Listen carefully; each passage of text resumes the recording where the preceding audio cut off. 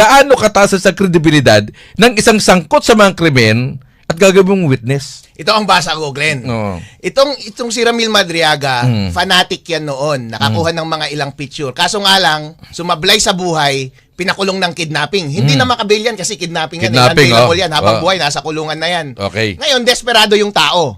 Linapitan siya ng gobyerno, hoy, kapalit. Papalayain ka namin, alam ko wala ka ng chance sa buhay. Kasi nakakulong ka na habang buhay eh. Close pa sila noon eh, di ba?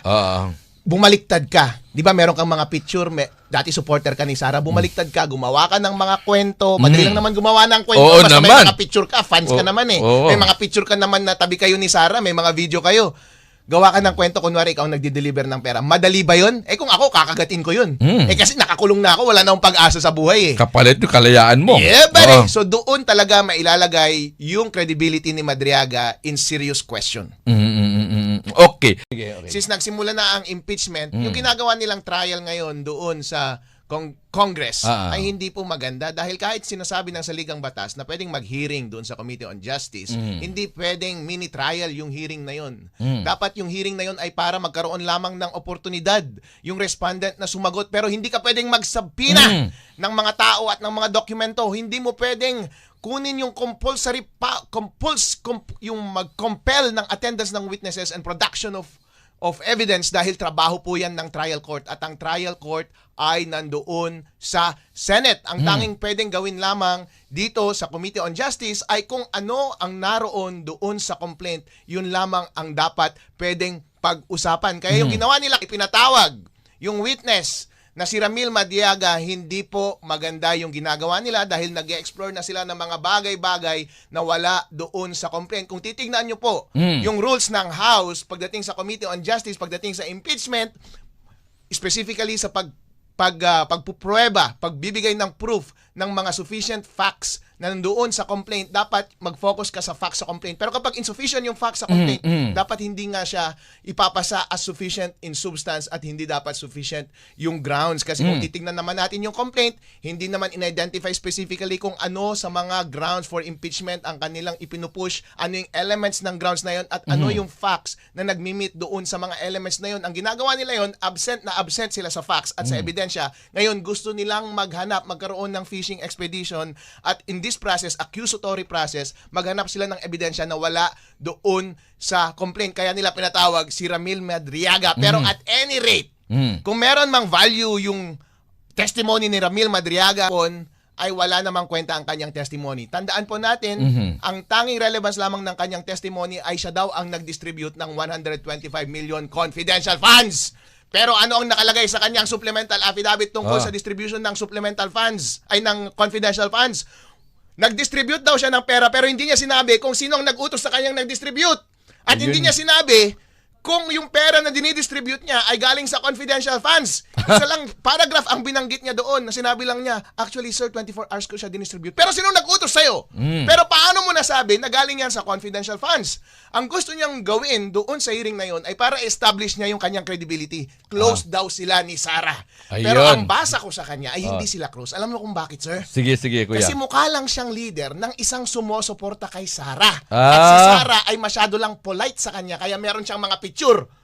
Kasi ngayon nakita mo naman kahit sino lumalapit kay BP, nagpapapicture siya talaga, hindi siya maarte. Oo nga eh. Kami nga ni Sara, dami maming picture, mas intimate pa ang picture namin. Pero sasabihin ko ba na personally known niya ako? Hindi po. Kapag close talaga sila ni Sara, i-email ba siya ni Sara ng formally, Dr. Madriaga, thank you so much for coming into my inauguration. I-email ka ba doon ng formally? Ako nga, hindi ako ini-email formally ni BP Sara eh. At saka kapag i-greetings ka ng birthday mo, i-greetings ka ng personally or ite-text mo or tatawagan mo, hindi mo ipiprint sa isang papel. Yun yung ginagawa sa mga fans club mo eh. Ipiprint mo sa papel yung pangalan tapos bibigyan mo lang ng generic, good wishes and more success. Yun ang ginawa niya kay Madriaga. Ganun. Kasi bakit ka mo? Kapag close friend kayo, nasa isip ka niya, no, bakit ko pa kailangan basahin yan? Tsaka ito sa ano ko lang yung iba talagang magkaibigang dikit na dikit, lalo sa mga politika sa politika, hindi mo naman nakikita yung kaibigan, yung talagang best friend niya, na laging nakadikit doon dahil sa politiko, di ba? Hindi, bakit? Behind the scene lang sila, bakit? Hindi na kailangan dumikit pa, kasi mag-best friend na nga, close na nga, bakit pa siya dikit na dikit? Para lang talaga makita sa camera. Karamihan sa ganun, di ba? Oo nga po, ngayon po, nung nangampanya ako, at ngayon meron tayong mga political movement, ang dami, daang-daang organisasyon ang dumidikit sa atin at dumidikit kay VP Sara.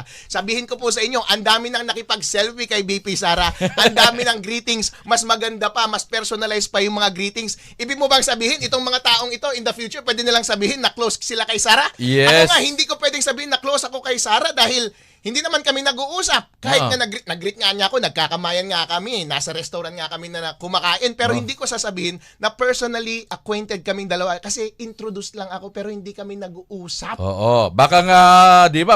Kasi talaga magkaibigan, minsan may sariling lakad yan na sila lang, bisa nga, di ba? Alam kapag celebrity, di ba, attorney? Tagulang sila, ay, ano muna tayo, sibat muna tayo, dito tayo, mag-relax tayo. Sila talaga yung magkakaibigan na behind the scene, wala sa camera, magkaibigan talaga.